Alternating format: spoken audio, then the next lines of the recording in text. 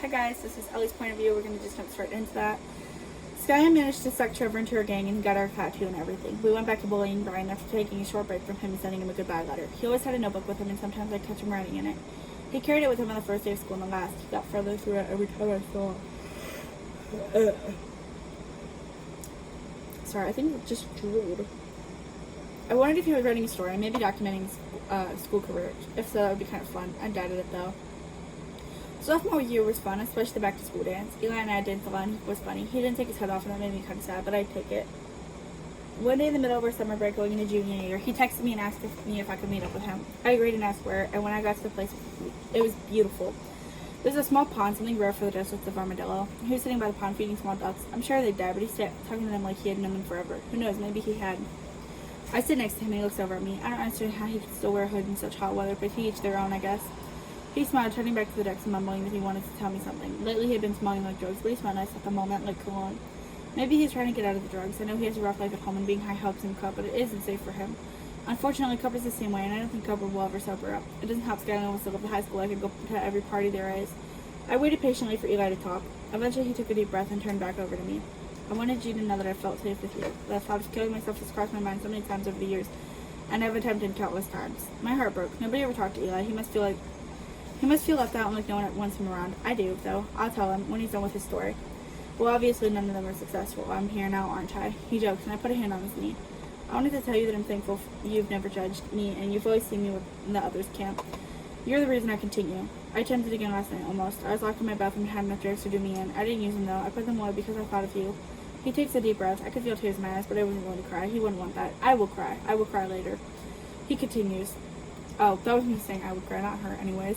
Elley, I love you. I've loved you for a while now, especially since you've been nothing but nice to me. The hoodie doesn't just hide my eczema, it hides my history. It hides the scars from the years of torture and abuse. Can't wait to get out of that place, and when I do, I want it to be with you. Elley, I want you to be my girlfriend if you're okay with that. Eli, I didn't know what to say. 1,000 times yes to being his girlfriend, but his story was so tragic. I would love to be your girlfriend. I've loved you for a while now, too. I thought you seemed cute when I first joined the old school. I found it odd you wore your hoodie, but I wanted to know for myself, and I'm thankful we've gotten to know each other better over the years. I love you, too. I leaned forward and kissed him, and he kissed me back. Thank you for telling me everything, I said, watching him. He shrugged as if it were nothing. Then he looked over at me and told me to close my eyes. I did, and when he told me to open them, he took his head down. I thought he did this before. I don't think this is the first time he did this, but whatever. His skin was covered with eczema, and he had pushed his sleeves up to show me his arms. I looked at him. This was who he was. This is what he had been hiding for so long. I never knew how bad his eczema was, but I could see where he was scratching his face. I gently placed my hands on both sides of his and stared into his blue eyes. I hadn't known how clear they were, having been mostly hidden by the hood. Eli, I love you, I said, kissing him again before his phone begins ringing. He pulled it out of his pocket and looked at it. Nanny Annie. He answered it, and I heard her yelling at him that it was time to come home. Sorry, every time I see her name, it just kind of like makes me chuckle because it's so unbelievably cringe. But that's what like 12-year-old me thought was cool, so we're rolling with it.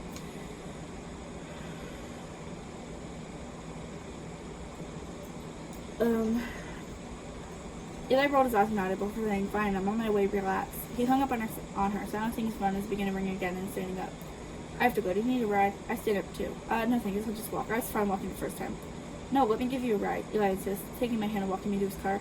He opened the door and I climbed in. I didn't care too much for the smell, but I was going to roll the windows down and when Eli started the thing anyway. He drops me off and waves as I go inside. His hoe was back on, but that would just be a little secret. Junior year started and Nicole no longer looked happy. I wouldn't be happy either. Do you know who her man is? It's like the light in her had gone out. I knew that kids like her, the gifted kids, often were outcast, but this was different. She still smiled and laughed and joked with everyone, but she seemed sad most of the time. Noah wasn't nice to her anymore. He didn't pull out her chair and he didn't carry her bag. Instead, he had her carry his stuff and do his homework. She did, and she didn't protest that she needed time for herself. One day at lunch, she had Noah's homework beside her, and she was working through it slowly while Trevor and Noah got into a playful shoving match. Nicole was pushed multiple times before she yelled, "Can you guys stop? Seriously, we're not 5. Both boys were quieted, looking at her in shock, and she turned back to the work she was doing. Then Noah cleared his throat and said, who do you think you're talking to like that? I would punch him. If I saw this, I would be like, no, Noah, shut your face. She's right. We're not 5. Stop shoving each other. You know, story time, once when I was in, I think, like 5th grade, these 2 girls were messing around, and the 2 boys next to me were also, like, messing around, and I ended up kind of, like, being bounced back and forth between them, and then the girls had the audacity to turn to me and be like, can you not shove us? And I'm like, do you not see what these boys are doing right now? They're shoving each other, like, off of the table off of the bench, and who am I sitting next to shove? I don't like either of you guys. What? Anyways, I probably shouldn't remember that. They probably forgot, but I didn't. I'd never forget. Nicole looked up and I could see fear in her eyes. You guys, I'm sorry, I didn't mean it like that, but please stop shoving each other. You keep bumping into me and it's making it hard to write. Whatever. Noah takes her pen and snaps it in half, handing it back to her. She looks at it and then glares at him. You don't make the rules around here, Nicole. Maybe someone should teach you. She gathers her things and storms out of the cafeteria, and I spotted Brian watching. Stop looking around. You know what you do? You tell Noah to stop. Is that cool? Do we support him treating her like that? Because that's what it looks like, Elley. That's what it looks like. It looks like you're okay with him talking to her like that. She should be your friend. You should defend her. If I saw a guy treating my friend like that, that would be the end of him. I would get into a straight up fist fight with him right there on the spot. I do not care. I don't like being touched or like talked to like that. Like that literally makes my blood boil. It makes me want to fight people. Like the adrenaline rush is real. I will definitely fight somebody if I ever catch them talking to somebody I care about like that. That is not cool. Especially if they have a history of doing so. Like if it's kind of like a first time thing, I'll yell at them. But like if they have a history of being a jerk to my friend or somebody I care about, game over, buddy. Game over. And instead, Ellie's just kind of sitting there like, what's happening? I don't know. I don't know. I don't know. I don't know who any of these people are. I'm just sitting here. Just want to like grab her and shake her real good. I've been wanting to like shake some of these people like so bad because they're so stupid. He was on the edge of his seat as if he were about to go after her, but he didn't move. Now I turned back to Trevor and they started talking about the games. I skated close to Eli and he put a hand on my knee. I hoped we hadn't lost Nicole. I hope you did. You guys all treat her like crap. None of you stand up for her. Noah treats her like crap. And nobody does anything about it. I hope you did lose her because she doesn't deserve that. She came back the next day, sitting at the table, not talking to any of us. After some time, she wasn't mad anymore, and she and Noah were okay again. I often caught her sleeping in class, and I always had someone wake her up. Singing gear went the same way with her. She was becoming more obviously depressed, but I didn't have the heart to tell her she looked so. I also didn't want her to think I found her ugly, because she isn't. She's easily the prettiest girl at her school, personality included. Noah no longer held her hand, and I rarely heard him tell her he loved her. But that wasn't any of my business. Yes, it is, Elley. You are not a girl's girl. You are not a girl's girl. Because a girl's girl will tell her, like, hey, babe, get out of that relationship. And you don't. And you don't. And you sit there and you don't care. Instead, I allowed her to go on thinking she was happy. And maybe she knew and she didn't know how to leave. Either way, she was going to have to figure things out on her own. I couldn't break up with Noah for her. The day of graduation came and everyone was excited. Mr. Javins rambled on about how proud he was of all of us and whatnot. And then he finally got to naming people for their diplomas. Once everyone had gotten their diploma, he announced the valedictorian. He paused long enough for Clover to yell, "Spit it out, chicken legs!" and everyone laughed. Mr. Damon smiled, announcing Brian as our valedictorian and Nicole for the salutatorian. I clapped for both of them, but mostly Nicole. She deserved that honor. They went up to the stage and gave their speeches. Both were really good, and almost all the moms were recording. I thought that was cute, and I knew I'd probably be that mom one day too. Eli was over in the B section, but we made eye contact and I smiled at him. We were sent to find our families, and I met up with Mom, Dad, and Elle. Congratulations. My dad mumbles squeezing me. Thank you. I hug Mom too, and she squeezes me like Dad did, only harder. One down, one more to go. She smiles, tucking a loose strand of hair behind her ear. I'm really proud of you. Off to med school now, huh?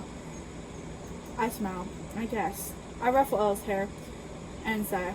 It just amazes me how fast time flies. I was already in 9th grade. His school career was almost over as well. Mom nods.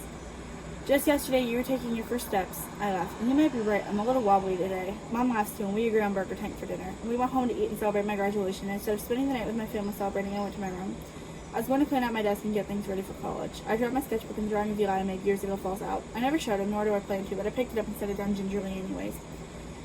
Maybe one day. I tuck it away into my dresser drawer neatly. Yeah, we were dating, but I didn't think now was the time to show Eli that I had drawn him before I even realized I loved him. I sat at my desk for a while, wondering what I was going to do for the next 2 days. I didn't have to wake up early anymore, but I would still have to go to work.